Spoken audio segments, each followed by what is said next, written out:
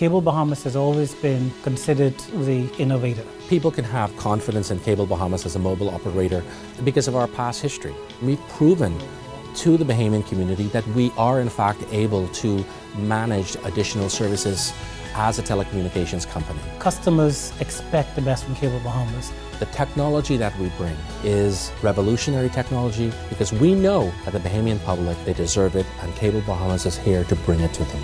We are ready. Turn us on. Tempers flare at the latest town hall meeting about the Rubis fuel leak. A man found shot to death at a residence off Shirley Street. It's still unclear when exactly Baha Mar will open. Plus, PMH signs a $400,000 contract ahead of potential upgrades at the hospital. We've got those stories and more coming up tonight. I'm Dana Smith, and NV12 starts right now.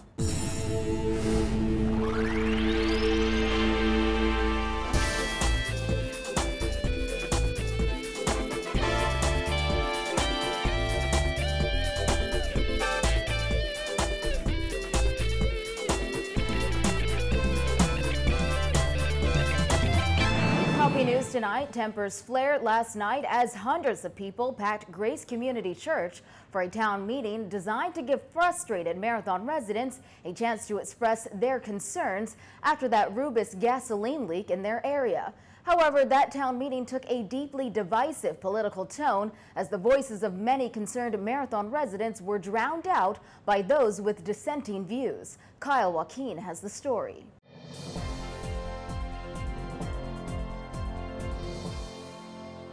Many residents of Marathon and other concerned Bahamians came here tonight to demand answers. Tonight, they said, was not about politics, but was about the lives of Bahamians.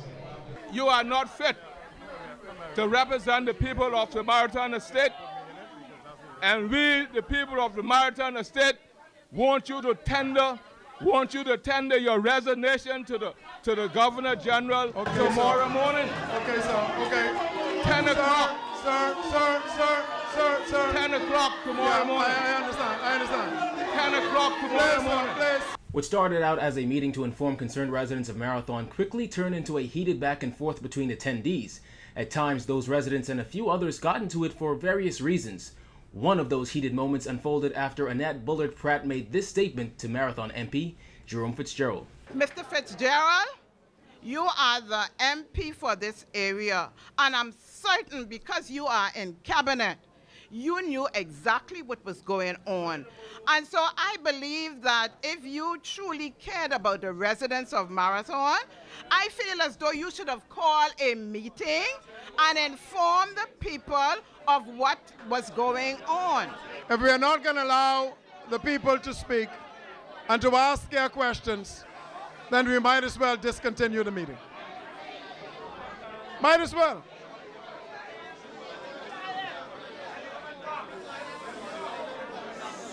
Well, they're trying to do that, but at the same time, we would like for people to please have some respect for those persons who are expressing their concerns and allow the panel to provide answers. That's why people came. And just a few minutes into the town meeting, it became clear that many people supported the Marathon MP, who in the last 2 weeks faced intense heat for failing to inform constituents of the contents of a consultant's report which warned that the spill posed health risks to residents and people who work near the Rubis gas station on Robertson Road.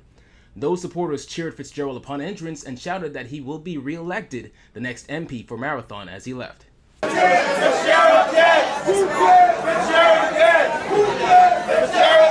Among those in attendance were supporters of both the PLP and the FNM, as well as several community activists. Unlike the town meeting held on April 16th to discuss the issue where both Environment Minister Kenrick Dorset and Fitzgerald were silent, both spoke last night. Tonight I am not here to play politics. There is a time and a place for that. And now is not that time or that place. Dorset was a member of the panel along with Dr. Cy Coolidge-Pierre, former State Minister for the Environment Fenton Nemore, and environmental lawyer Romuald Ferreira. As the meeting progressed, large crowds gathered outside the hall and could not get in the meeting. The Environment Minister assured the attendees that the gas spill had been contained, but several people in the crowd made it clear that they weren't interested in hearing politicians. They just wanted the facts. They were stunned after Ferreira revealed that many of them may still be at risk. You see, what they normally do in these situations, They put a membrane down to stop the fuel from moving forward. That's what they do. There was no installation of that. So you know what that means? It's moving towards this way. So the danger is real and the danger is still ongoing. That's what I'm saying. But it was the government's point that only 5 households were directly affected that had some residents very upset. My children grew up in this area playing soccer in the same field. My children went to Grace Sunshine Academy. For those of you who don't know me, my children went to Grace Sunshine Academy. So it's important for me to understand the science, because the science will tell me that if, in fact, in 5 years, my daughter tells me she has a certain condition, I know who to go look for. But in the absence of that, I want to understand the science. So, Mr. Nemore, please help me to understand the science, and Romy. And also, Minister, please establish clearly a wider sample base at government expense. 5 persons are not the only persons affected in this area. It's not an attack on PLP or F&M. It was just a great disappointment in terms of integrity of a person who did not recognize the human element. This is not an attack, because the reality is that human lives are at stake. That's right. And at the end of the day, when somebody loses a loved one, that's very serious. What is even more serious is when something could have been done, and some lives could have been saved. Then, towards the end of the meeting, Dorset called Anthony Ryan, an analyst at the Department of Environmental Health, who said the process took so long because several residents and those in commercial buildings refused them access to test their underground water. In all, the organizers of the meeting and several residents weren't happy at all with the outcome. It is clear, based on the audience responses, when the minister, the member of parliament for the area walked in, there were lots of cheers, and on his exit out, the sentiments was Fitzgerald cares. And so definitely some persons that were in attendance had political motives. But we're not deterred. The information has to still get out there. The facts remain the facts, and people's lives are at stake. I have well water, and nobody came to my door. My neighbor have well water. A lot of people have well water in Regency Park. Nobody came to the door to check our water to say what is what. Okay? You're hearing here say. They called a town meeting in Holy Cross last week. Nobody know about it.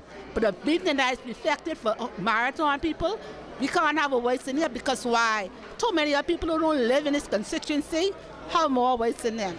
The Black and Veatch report concluded that residents who live and work near the gas station were exposed to chemicals that could create health risks.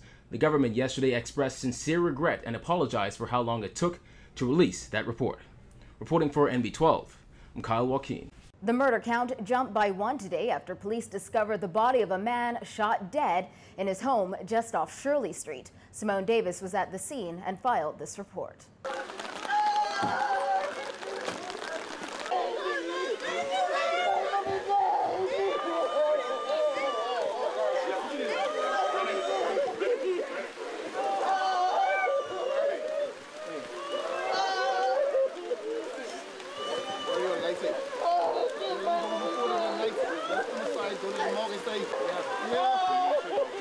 Family members and police responded to the shooting death of a 45-year-old male in this house after residents reported hearing gunshots and a car speeding off at around 1:30 a.m. Chief Superintendent of Police Paul Roll said sometime this morning, police received a call that the residential area of Freetown Lane had been shot up, and police responded to the scene and forced their way into the green and white house, which appeared to be locked but riddled with bullets. Police say the victim appears to be 45-year-old Hoover Bain. Sometime this morning, police received reports of residents behind me here being shot up. Officers responded to the house here at Freetown Lane, where they had to force their way into the home. Upon entering, discovered a 45-year-old male lying in the bed with gunshot wounds about the body. Roll said preliminary reports indicate that a gunman or gunmen fired shots through the bedroom window of the home, and he believes that Bain was the only person in the house at the time. Our preliminary investigation so far is telling us that sometime around 1:30 a.m. this morning, persons reported hearing a barrage of gunshots being discharged in the area and a vehicle speeding off shortly thereafter. And the EMS responded to the scene this morning and also pronounced this male being lifeless.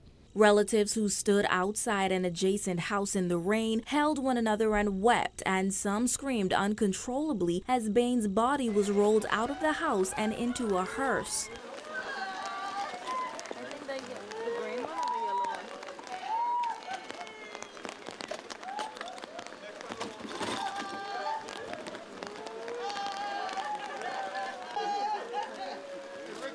Roll said the victim was also an employee of the Ministry of Works as a security officer. He appealed to the public to come forth with any information in connection with the incident and anyone with a description of the vehicle the suspect was driving. We appeal to persons who would have seen or heard anything in this area this morning to reach out to us so that we can try and advance this investigation and help the family with it. I can tell you the male, he is an employee with the Ministry of Works as a security officer. According to the Nassau Guardian's records, this is the third murder for the week, and the murder count for the year now stands at 50. Police are asking anyone with any information to contact police at 911, 919, or 328-TIPS.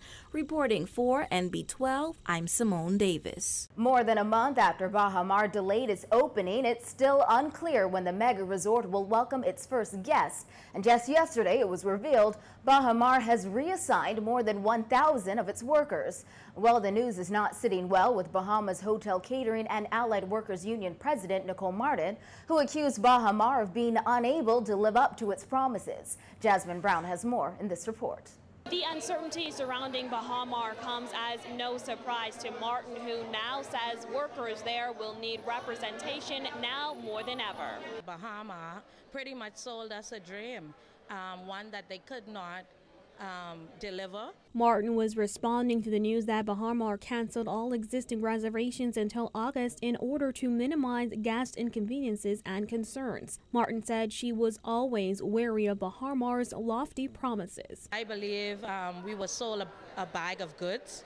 Now I would love for them to put their money where their mouth is and open the doors of the resort so that Bahamian workers can get to work. She said based on her past experience with the hotel management, those workers will need union protection. BHCAWU and the Malia Nassau Beach Resort are in a court battle over a rate dispute for workers. In January, Malia's line staff voted to strike in protest of the unilateral decision by resort officials to restructure the gratuity rate on the all-inclusive package. However, in February, Supreme Court Justice Roy Jones upheld an injunction against any industrial action by the union until the dispute is resolved at trial. Because of what I know about Baha Mar, they are going to need representation like none other.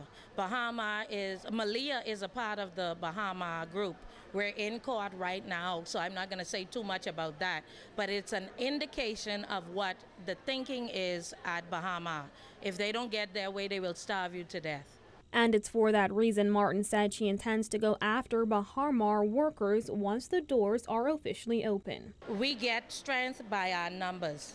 And so the more members we have, the more change we can affect. So we certainly we're always looking for members. Baha Mar, every hotel that is ununionized, they are in my eyesight, because I want them to be unionized, because in the hotel industry, clearly the law is not enough. You need some real protection. Baha Mar officials declined to comment today, but in a letter to Baha Mar staff on Friday, Sarkis Ismarillian said executives are continuing discussions with their construction manager and general contractors as to the finalization of the works, but so far they have been unable to get a firm completion date from them. He added that in an abundance of caution, Baha Mar paused new reservations and have canceled all existing reservations until August in order to minimize guest inconveniences and concerns. Ismarillian also said that at the beginning of last week, over 1,000 Baha Mar workers got reassigned from their original positions to jobs which currently need doing within the resort,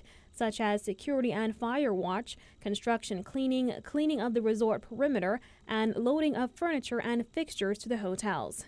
Reporting for NB12, I'm Jasmine Brown. A 22-year-old woman and a 31-year-old man are dead and 2 others in hospital after the car they were riding in crashed into a wall. According to reports, shortly after 1 a.m. today, Grand Bahama officers were called to Ponce de Leon Drive and Wellington Street, where they met a blue 2006 Chevy Malibu lying on its top, extensively damaged with 4 passengers trapped inside.